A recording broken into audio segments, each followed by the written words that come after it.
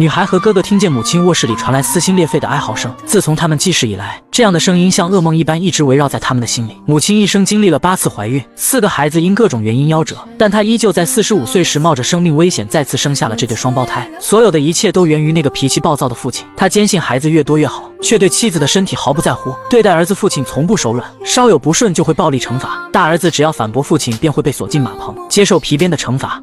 I hate him.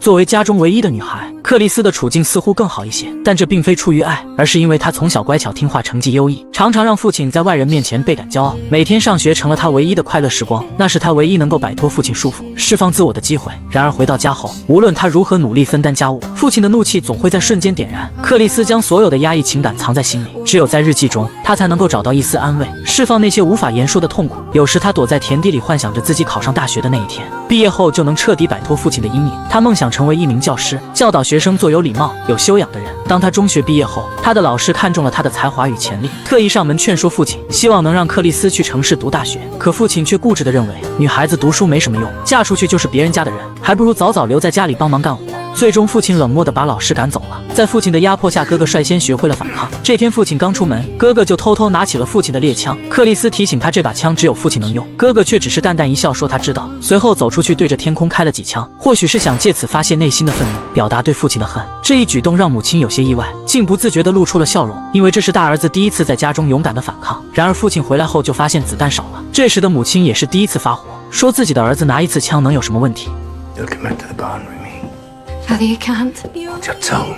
然而最后父亲还是将哥哥狠狠教训了一顿。克莉丝看着浑身是伤的哥哥，泪水止不住的流。她不知道这样的日子什么时候是个头。那天晚上，母亲来到克莉丝的房间，克莉丝急忙扑进母亲怀里，问她发生了什么事。母亲轻轻叹了口气，只是说生活不顺心，并告诫克莉丝千万不能走她的老路，还提醒她要学会自己去了解、选择男人，因为结婚后没有人能帮她。那时的克莉丝并未意识到母亲这番话竟是她的临终遗言。第二天，她放学回家，哥哥哭着告诉她母亲服药身亡了，还带走了刚出生不久的双胞胎弟弟。原来母亲再次怀孕，却再也无法忍受那个冷酷男人的折磨，最终选择结束这一切。虽然是父亲逼死了母亲，可他却在众人面前装作伤心欲绝的样子。那一刻，克莉丝觉得母亲终于从那个压迫她一生的男人手中解脱了，尽管付出的代价是生命。而克莉丝的童真也随着母亲的离去一同消失，她的心仿佛死了，连同她的梦想都被封存在了日记里。葬礼上，克莉丝和哥哥站在最前面，泪水止不住的流淌。葬礼结束后，姑妈匆匆赶来，她一直没有自己的孩子，她怕在这样的环境里，孩子得不到好的教育。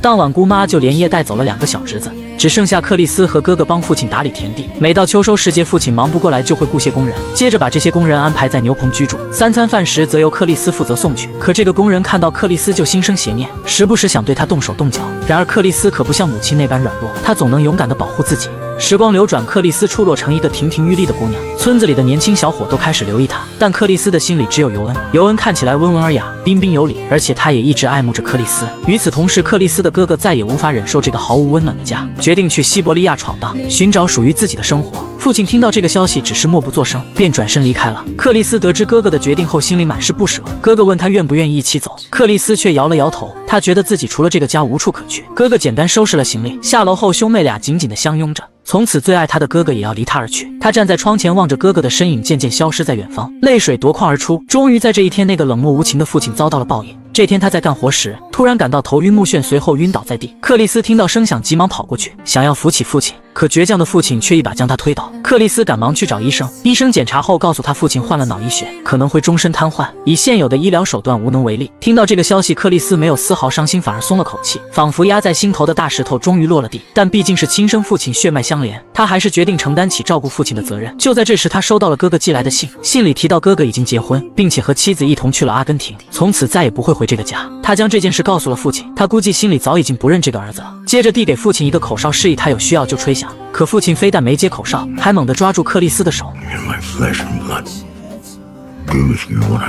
父亲的一番话把克莉丝吓得赶紧逃出房间。在门外，他听到父亲愤怒的咆哮声，心中久久不能平静。父亲挣扎着从床上爬起来，试图走出房间。克莉丝听到动静，毫不犹豫地反锁了房门。第二天，他在窗户上铺上了一层白布。父亲的朋友看到情况，立马前来询问。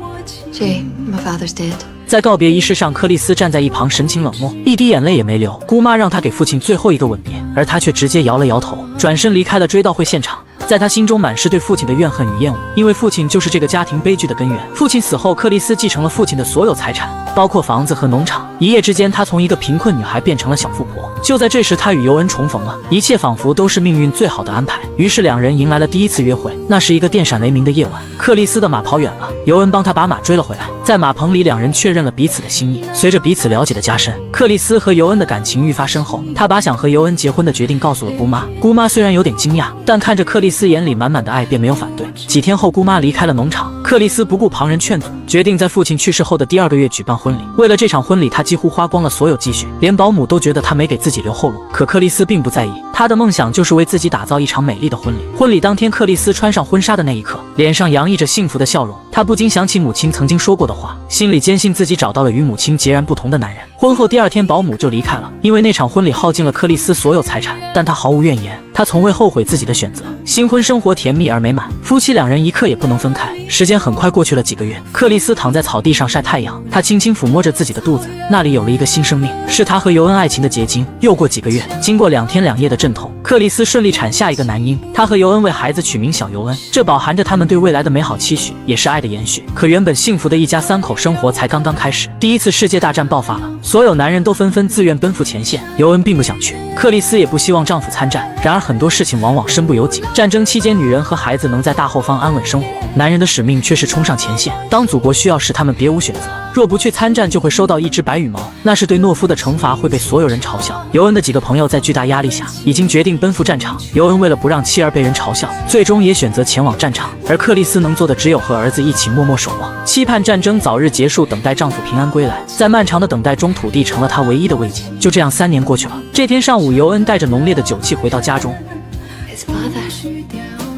可年幼的儿子对他几乎没有什么印象。经历战争的洗礼，尤恩的性格发生了巨大变化。他用强硬的语气逼迫克莉丝做他不愿意做的事，还不断向克莉丝要钱喝酒。克莉丝不明白，曾经那个温柔多情、满心爱意的丈夫，怎么在短短3年内变得像父亲一样陌生冷漠。面对丈夫的粗暴行为，克莉丝可不像母亲那样一味顺从，她会勇敢地和尤恩对抗。几天后，尤恩收拾好行李，准备再次返回战场。出门时，他在门口特意抽了一支烟，心情复杂地望着克莉丝，叹了口气，没有和她告别，背对着她渐渐走出家门，远离了妻子和孩子。2个月后，克莉丝收到消息，尤恩在战场上英勇牺牲。